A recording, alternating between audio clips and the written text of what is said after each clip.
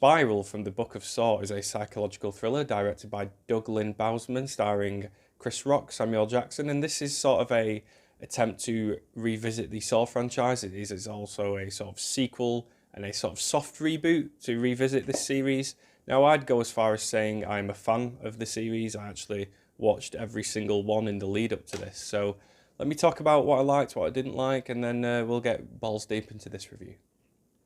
So I was super excited for this as soon as I heard it was announced, especially with who was attached to the project, mainly Chris Rock. You know, this is a man who I really only know as the zebra from Madagascar. So seeing him attached to the project, you know, apparently he went to Lionsgate Studios, said he was a fan of the franchise, said that he had an idea to take the franchise in a fresh direction. He brought Samuel Jackson onto the project, so I was really excited for this. I think there's a lot of potential in the Saw series to make a really great film.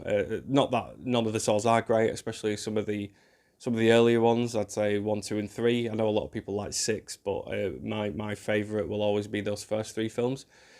And what did I like? Well, Chris Rock is good. It's good seeing him in a role that he's not known for. You know, he's going against type here.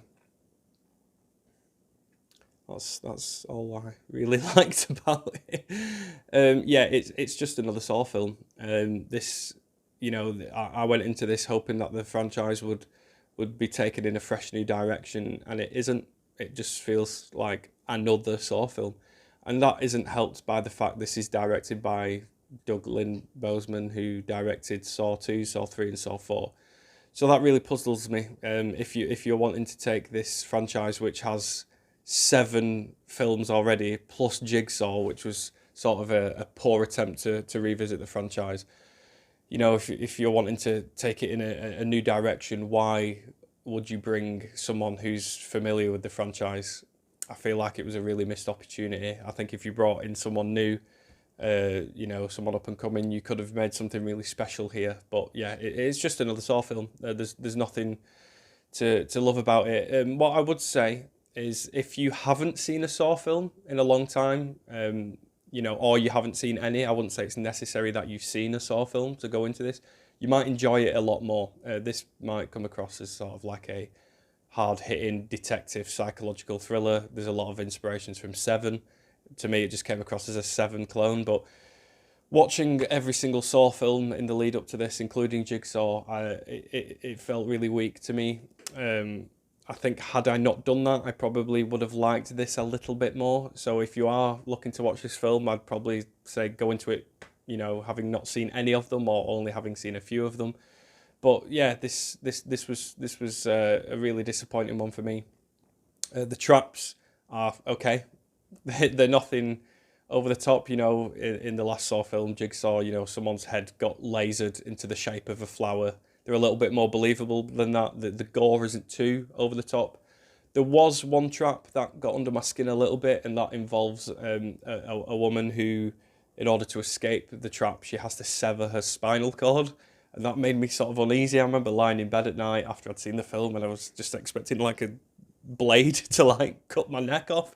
But yeah, it's okay in terms of traps. Nothing too over the top. I would also say that the killer reveal in this is blatantly obvious. There is no subtlety to it whatsoever. There's a lot of sort of winks to the cameras and, oh, maybe it's me.